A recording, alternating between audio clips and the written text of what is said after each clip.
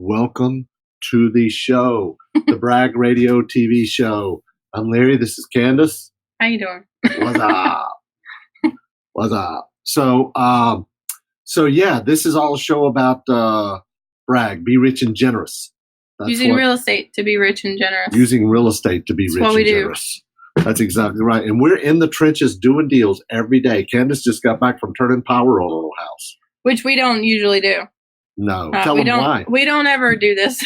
But tell them why you did it. The upside to this house is different than what some of our other typical wholesales are. So this is probably going to be more like a wholesale deal. And we need to clean it out.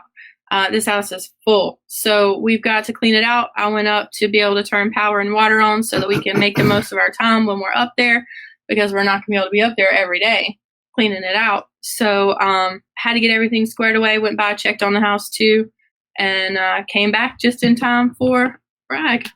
Just in time for the show. That's right. That's awesome. Still feeling a little bit under the weather. I'm sure you guys can hear it in my voice, but working on that too. There you go.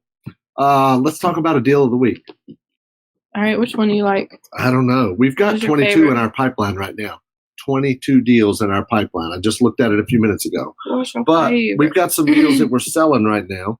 Let's just pick the one of the four we closed last week. Oh, okay. One of the four we closed last week was a rental property that we picked up for $3,000 and we sold it for $15,000. Granted, all right, so this $3,000 property is tenant occupied right now for $275 a month. This was my deal. I went in this house and I was the AM on this one. So went in. Acquisition manager. Yep. Took the pictures and everything like that. And we were able to sell it off the pictures. Pictures are so important. We went over that at our 3-day this past weekend. How if you get enough pictures to be able to tell the story to your potential buyer without either of you having to go back out there, it's great. And that's the way we're selling majority of our houses now, right? I mean, the buyers have a lot of information up front. They have pictures of everything. That's good, that's bad, that's ugly. It doesn't matter. It is what it is, right? And it's going to be right for somebody. So don't try to hide anything from anybody. But if you can give them enough information up front without either one of you having to go out, a lot of our buyers are appreciating that they get everything in photos. And let me see. Oh, so this one with the tenant occupied, you could leave the tenant in place, not do anything, collect the $275 a month if you wanted to, or you could leave the tenant in place but go in and do some minor rehabs, maybe $5,000 worth of rehabs or whatever. Right. Bump the rent up a little bit, or if the tenant wants to leave anyway, remodel the whole thing, bring it up to like the current standards of the houses around it, and then charge even more in rent with a new tenant. So you got a couple different options, or our buyer has a couple different options with that. But it's off our books now. That's the play with this deal. This deal, the play is our buyer's going to buy it for $15,000, and they're going to leave the tenant in place, let a sleeping dog lay. Right? They're not complaining. So. Right. So, and then if and when they move out, he'll go in and spend $3,000 to $5,000, raise the rent to probably $400 or $500 a month. Right? Yep. So there you have it. Sweet little deal. This was a deal actually I had under contract for $12,000, and then I went in and I renegotiated it down from $12,000 down to $3,000. Now, I mean, and how are we able to do that? You've got to have a viable reason to be able to go in and renegotiate with that stuff, right? So the seller doesn't live here. He hadn't been in the property. He was relying on other people to tell him the condition and different things like that. Well, we were able to prove to him or send to him photos that I took when I was out there justifying a reduction or justifying our renegotiation based, from what he told us initially to what was actually happening. Right. That's absolutely true. Got to be ethical with those reevaluation or renegotiations. That's true. And I just told him, I said, I just really can't do anything with it at this price. I'm going to turn around and resell it. Unfortunately, I can't do anything with it. So I renegotiated it down to $3,000 and we sold it for $15,000. So we made a little bit of money. He got it off the books and was done with it. Which is what he wanted. He wanted to be done paying taxes. He wanted to be done with calls from the tenant. Well, this tenant really wasn't calling on anything, but done with just having to worry about a property that was so far away from where he lived. problem solved. We made a little bit, and our end buyer is in a great situation for a cash flow property. That's exactly right. Exactly right. Now, let's talk about the topic today. The topic today is how to assign a non-assignable contract, right? Assign, non-assignable. Assign a non-assignable contract. In other words, how to not have to come up with the money to be able to wholesale a property. If this would apply to a bank-owned property, a HUD property, a VA-owned property, any property on the MLS, an auction property, whether it be online or in-person auction. So any of those properties are typically not assignable, okay? So how you do it, Larry? Well, there are multiple ways to do it, okay? So there are multiple ways to do it. The first one I want to talk about is using a trust. You can use a trust, right? You create a trust. Let's say you're buying the property in the trust name of 125 Oak Street Trust, okay? 125 Oak Street Trust. Then what you do is your company, or you are the beneficiary of the trust. So let's say you're buying it for $20,000. You find a buyer that's going to pay you $40,000. So what you do is, instead of selling the property, what you're going to do is you're going to sell the beneficial interest in the trust. It's one real estate transaction and one personal property transaction. Okay? So you're buying the property in the name 125 Oak Street Trust. And then you find a buyer that's going to pay you the 40. They wire their money to closing. Okay? They use the money. You're selling your beneficial interest in the trust for $20,000. And then your buyer closes and pays the seller $20,000 for the property. It's how to assign a non-assignable contract. Now, the other thing you can do is you can do the same thing with an LLC, okay? You can create a new LLC, 125 Oak Street LLC. I like that address, and I use it all the time as an example. I know, all the time. I know. I used to use 125 Falls Avenue, and that was actually a house that I bought over in Lawndale. So anyway, I used to use that all the time as an example. But anyway, so let's say you create a new LLC, 125 Falls Avenue, LLC. LLC. Okay? LLC. And then you get the property under contract. Then what you do is you sell your membership. You sell your membership interest, or all of your membership interest in that LLC to your buyer for 20 grand. Then they close on the transaction. But it's all done at one time. You don't sell it ahead of time. It's all done at one time, okay? You don't use an LLC that you've had for a while, or you do with other stuff. You use a one-time only LLC for this property. And whatever they do with it afterwards is up to them. It's cheaper to do a trust than an LLC, okay? It's cheaper to do the trust than an LLC. All right, so the next way you can do it is... That was number 2 way. Right. The next way you can do it is, you know how they don't allow, like your name and or assigns, like neighborhood housing group and or assigns. Who are you laughing at? Dean stepped right here through the door. Oh, really? Making fun. So let's say you're using neighborhood housing group and or assigns. That's one of our companies. And so you can't put and or assigns, but you could put or partners, right? And then you can say, well, this is my partner that's going to close on it.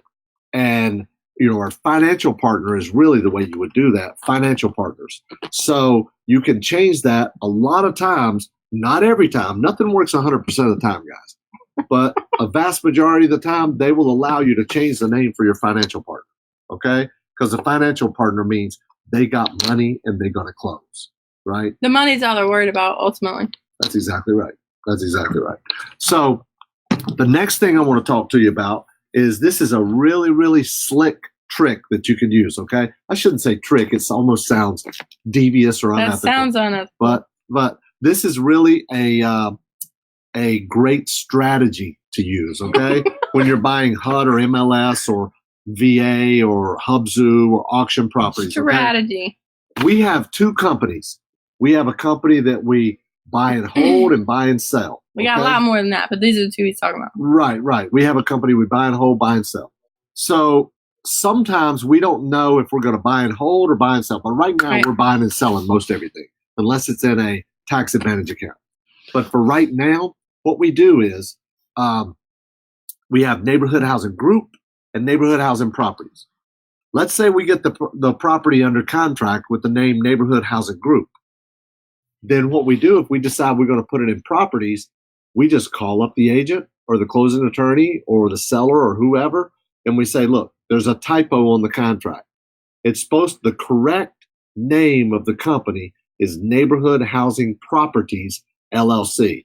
Right now, it just says Neighborhood Housing Group. Right. Okay. So in their eyes, it's a clerical issue, right? And they just make the correction, right?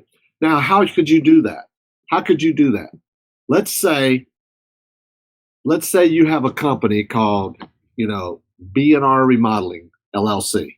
Okay. What you could do is if you want to assign a non-assignable contract and you find out later, maybe, I can't do this. So what you do is you have your buyer create an entity, B&R Investments, LLC. And then you just tell your seller, your realtor, your bank, whoever, there's a typo on the contract. It needs to be changed, right? And then you change it to the new entity and your buyer's doing it. And you can either be POC, paid outside of closing, or you can be put on the HUD as a marketing fee or something like that. How about that? Is that great or what? It works as long as like the names are similar or really close. I mean, it's not like you could go from Neighborhood Housing Group to Sparrow Family Properties and that be a clerical error. That's true. That is very, very true. That's why you want names that are similar. That's why you should have. That's why you should have your buy-sell entity and your buy and hold entity with similar names, so you can have them correct the clerical error anytime you want to. Okay. Anytime you want to. On the bank and the HUDs and all that good stuff. Okay. The last thing I want to talk about, assigning a non-assignable contract. Double closings. Not a lot of attorneys or title companies let you do that anymore. Right. So what you need is transactional funding. If you have my courses, you probably have our transactional funding directory.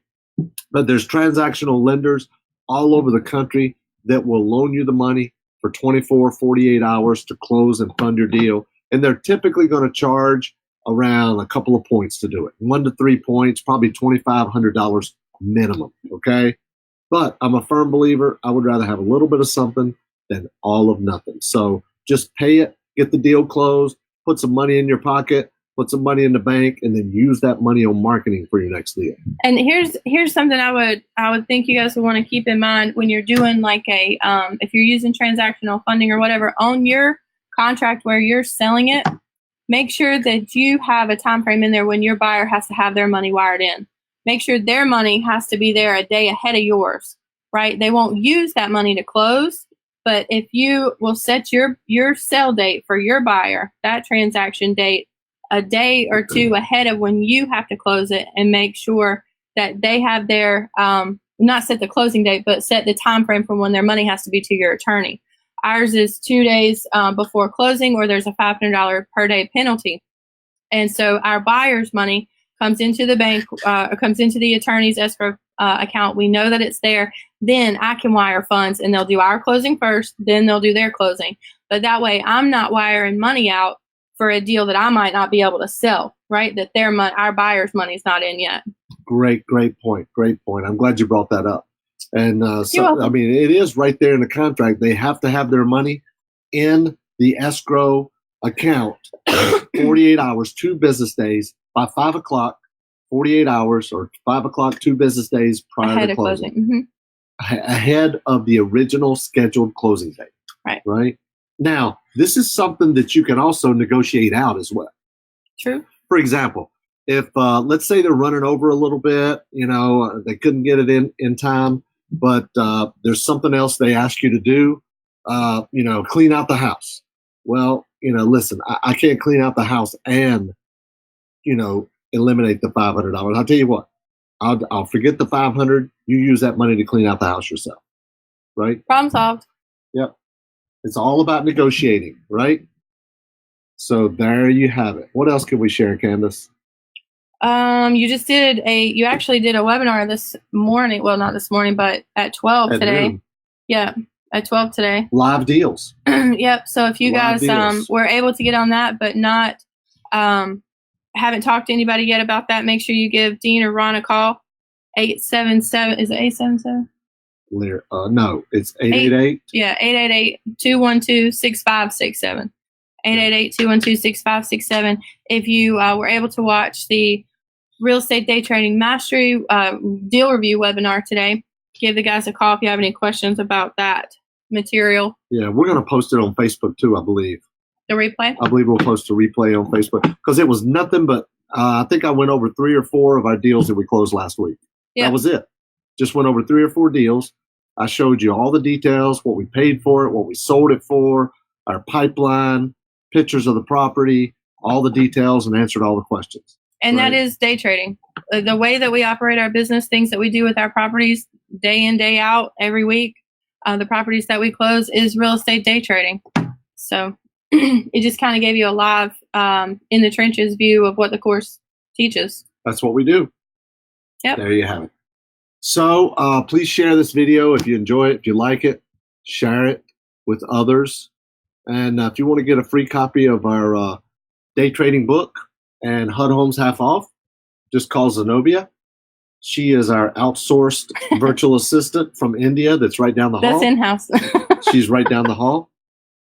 She's virtually right now because I can't see her, but she's about 30 feet away.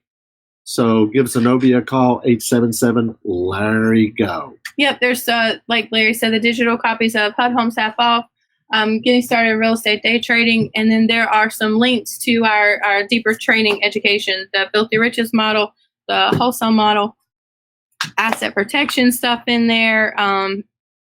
Let's see, entity structuring, different stuff like that that's in there. We change it up, so make sure you have a copy of the Investor's Kit. Awesome. Thanks so much for watching, guys. I really appreciate it. Thank you very much. See you next week. All right. Bye-bye.